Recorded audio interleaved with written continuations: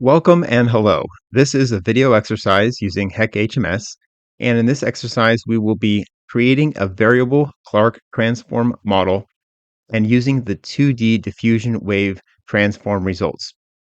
All right, so what I have on the screen here is the web page which we will be using for the instructions and to download the initial files. So I will leave a link to this page in the description if you're interested in following along.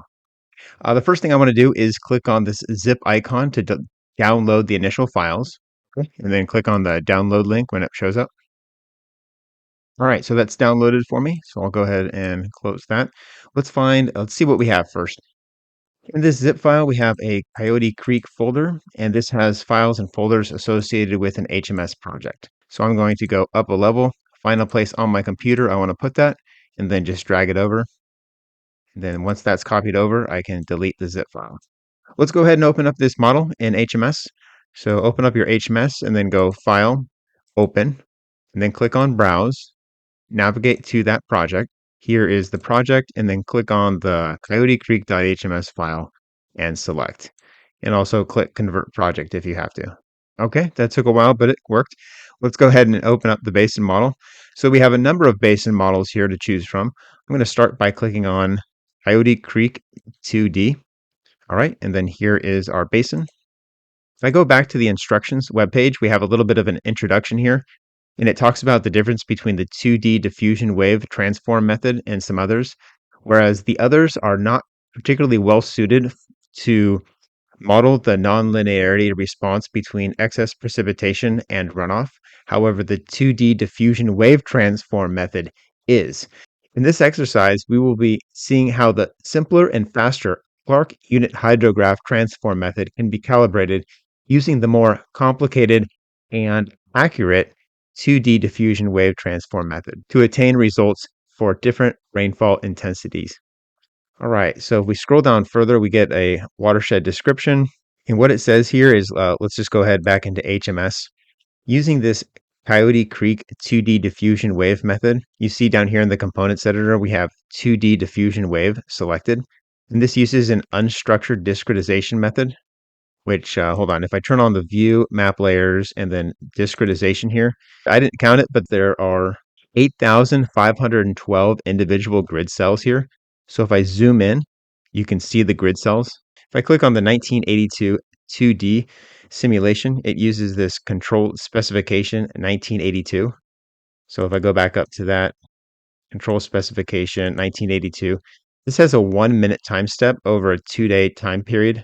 So with that many grid cells and the 1 minute time interval, which I believe is the smallest, yes, I'm told that the simulation takes 7 minutes to run in HMS. So when I go ahead and try to run it, I get an error message. It says no flow direction grid found in basin model. And frankly, I'm tired of contacting HEC to get their stuff fixed. So I'm just going to assume that the results are correct because thankfully the results from these models are saved in the results tab already, which is right here. So to summarize step one, we have all the results for the 2D diffusion transform method. And that's step one right there. Applying the variable unit of precipitation to the calibrated 2D model. If I go back to HMS and then click on the components editor, we have a number of time series datasets for, the discharge gauges. These discharge gauges are the results from that 2D simulation, which will be used as the observed flow when we go to calibrate our Clark unit hydrograph transform method models. Okay, so just keep that in mind there. Also, in the time series data, we have these precipitation gauges. This refers to the quarter inch per hour, half inch per hour, 1, 2, and 4 inch per hour rainfall intensities. So for instance, if I click on the 1 inch per hour and then look at the graph, we have 1 inch per hour right here. This appears to be over a 3-day simulation. The same is true with all the others. So for the 2 inch per hour, a 3-day simulation, but then 1 hour is at 2 inches per hour. And then same thing with 4, half, and a quarter. But if I scroll back up, the instructions say that this Coyote Creek 2D basin was copied to create this Coyote Creek 2D peaking basin model. And in this basin model, if we click on the sub-basin, you notice that the loss method has been set to none, and the base flow method has also been set to none. So we're only focused on the transform method of the 2D diffusion wave. After that, 5 simulations were created, which are shown here in the compute, referring to peaking 0.25 up to peaking 4, all of which have their own meteorologic model. So for peaking 4, it has Met Model 4, for peaking 2, Met Model 2. And if we go to check out those meteorologic models in the components tab, Met Model 0.25 up to zero point 0.4. It's using a specified hydrograph, and then the gauge is set to 0.25, and then zero point 0.5, and then 1, and so on. Back to the web page here with the instructions, we see our hydrograph, and then a table here showing the different models, what they're labeled, as well as what they're using for the meteorologic model and the simulation run. Okay, below that, we have some results. This, for instance, is peaking 1. This refers to the index of 1 inch per hour storm intensity. So we have our hydrograph, or 1 inch per hour. Of course, this depth right here is 0.016, and that's because the time interval of the simulation was 1 minute. If I scroll down a little further, I see how these, just comparing 1 inch, half inch, and quarter inch per hour intensities result in a vastly different and also nonlinear runoff. So we're seeing different discharges and time to peaks. This is a more realistic approach using the 2D diffusion wave results. Next is step 3, where it talks about calibrating the Clark unit hydrograph to the 2D model results. So what we did in HMS here in the components editor for basin models is we copied the basin model for the 2D diffusion wave and then created 5 new models, which is Clark, P25, P5, 1, 2, and 4. Click on the subbasin. We change the transform method to Clark unit hydrograph. And then at the sync, if I click on the sync element, what we want to do is for options, we want to select that 2D computed P25, which is the 2D diffusion wave results, which will serve as our quote observed flow. And we did that for all 5 different rainfall intensities. So for the P5, or 1/2 inch per hour, we click on the sync, and then we would select options, and then we'd have the 2D computed. If I expand the 1 inch per hour, and then click on the sync, and then I click on the options tab, the observed flow is the 2D diffusion wave for 1 inch per hour, and so on. So let's go ahead and run one of these models. Again, this is the Clark unit hydrograph. It doesn't take 7 minutes to run. It'll probably take about 1 second. So this is the Clark 1 simulation. I'll click run. Okay, so it's already done. And then let's go ahead and look at those results. Right click and then graph. So what we have here is a very good fit, and that's because it's already been calibrated. I probably should have mentioned that as well. Well, let me go back to the subbasin here. Again, we have Clark unit hydrograph selected, no loss method, no base flow method, just as the 2D diffusion wave peaking simulations were generated the results. And then if I click on the transform tab right here, we have this time of concentration of 3 and 3.5. Now, initially, these values are blank, but the developer of this model went ahead and found optimal values of 3 and 3.5, such that the model results of the Clark unit hydrograph would match with the 2D diffusion wave results. And that's what we're seeing here in this plot. Let me just go ahead and zoom in. Yeah, so that's a very good fit. But this is only a good fit for the 1 inch per hour storm rate intensity. If I went ahead and went back to the sync element and then clicked on options tab and changed the 1 inch per hour diffusion wave results to say 2 inch per hour diffusion wave results, then the observed flow, or that black line in the plot, is going to be much larger. So let's run the model and then I'll show you what I'm talking about. Right click, and actually it's easier to just click on the graph up here. So here we have what I was saying. The black line for the observed flow, or really the 2D diffusion wave results, is much higher peak discharge, as well as an earlier peak discharge. In a linear model, twice as much excess precipitation would lead to twice as much runoff and peak flow, but obviously that's not the case. The same is true if I changed it to, say, 0.5. In this case, the blue line from the Clark unit hydrograph will be much larger in volume and peak discharge compared to the 0.5 inch per hour results from the 2D diffusion wave model. So let's go ahead and click on the sink and then click on the graph. And yep, just the other way around, we have much more flow, peak discharge, and total volume out of the higher rainfall intensities using Clark unit hydrograph.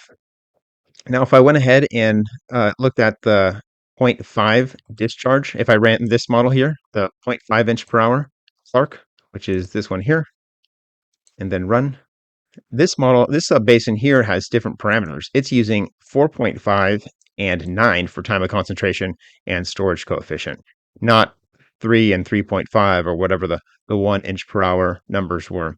And if I go ahead and compare that, that's the subbasin here. Let me click on the sink options. It's already using 0.5. Good. Okay, let's go ahead and look at the results. They should match up pretty good because the modeler's already gone in here and performed that calibration of selecting the time of concentration value and storage coefficient value to match the 2D diffusion wave output. All right, so that's what's happening in step 3 here. And you can look at the results in the DSS view. Here is a summary table here showing the different precipitation and in inch per hour, and then the calibrated values for T sub C, which is time of concentration, and storage coefficient. So we looked at the 1 inch per hour of 3 and 3.5, and then after that, the half inch per hour of 4.5 and 9. If I scroll down a little further, you can see the nonlinear behavior with different rainfall intensities. These Clark unit hydrographs were created for specific precipitation intensity values to match results from a calibrated 2D diffusion wave model. But we shouldn't have to have separate basins and simulations for different rainfall intensities. That's where the variable Clark unit hydrograph method comes in. So we have a variable parameter right here for the method. I'm not going to change this basin model because a separate basin model has been created, and that's this one here called Coyote Creek Variable Clark. If I click on the subbasin element in the Watershed Explorer, as you can see, we're using the Clark unit hydrograph. And if I click on transform method, the method is no longer standard. It's variable parameter right here. So as before, with the 1 inch per hour excess precipitation, we're using 3 and 3.5. But then for the transform method to adapt to different rainfall intensities, it takes this 1 inch per hour as an index intensity and then uses the concentration curve and storage curve to represent changing or different values in the time of concentration and storage coefficient with regard to this index precipitation intensity. So say, for instance, if it's 2 inches per hour, then it would be 200% of the index precipitation. And then using these percentage curves, a new time of concentration and storage coefficient could be determined. So these percentage curves are stored in the paired data set. So if I check out percentage curves, you see we have 4 percentage curves here, 2 for the storage coefficient, and then 2 for the time of concentration. We have tables here. So if we're using 1 inch per hour as our index, and we'll set that to 100% as the percent of index precipitation. And it's easy math here. A 0.25 inch per hour would be 25% of the index. 4 inch per hour would be 400% of the index, and so on. Now, after that, we have our time of concentration values that were calibrated using that 2D diffusion wave results, as well as our storage coefficient, which were also calibrated. And then based on this index of, say, 3, which corresponds to 100 and 100% of the index, then we can create a new percent of index for all the other precipitation intensities for both time of concentration and storage coefficient. So these values here in this table were used to generate the percentage paired data curves, where the independent variable would be this percentage right here. And then the dependent variable, these should really have percentage signs on them, by the way. So 100%, 150%, 233%, and so on. I'm not sure why they don't. But these are the dependent variables for the time of concentration curve as well as the storage coefficient curve. So let's go back to HMS and then click on the time of concentration curve. It is a manual entry. Manual entry. So we have 1, 2, 3, 4, and 5 representing those percentages. And then these values here are the different percentages of that time of concentration. Now, these numbers aren't exactly the same at the very upper end, or lower end, I should say. And same is true with the storage coefficient. We have the same values over here, And they also threw in a zero record. I think that might just be necessary. But yeah, some of these values aren't exactly the same as the table. And that's where the final step, 5, comes in, where it talks about calibrating these percentage curves and just doing some fine tuning. Because before any calibration happens, this is what the results look like.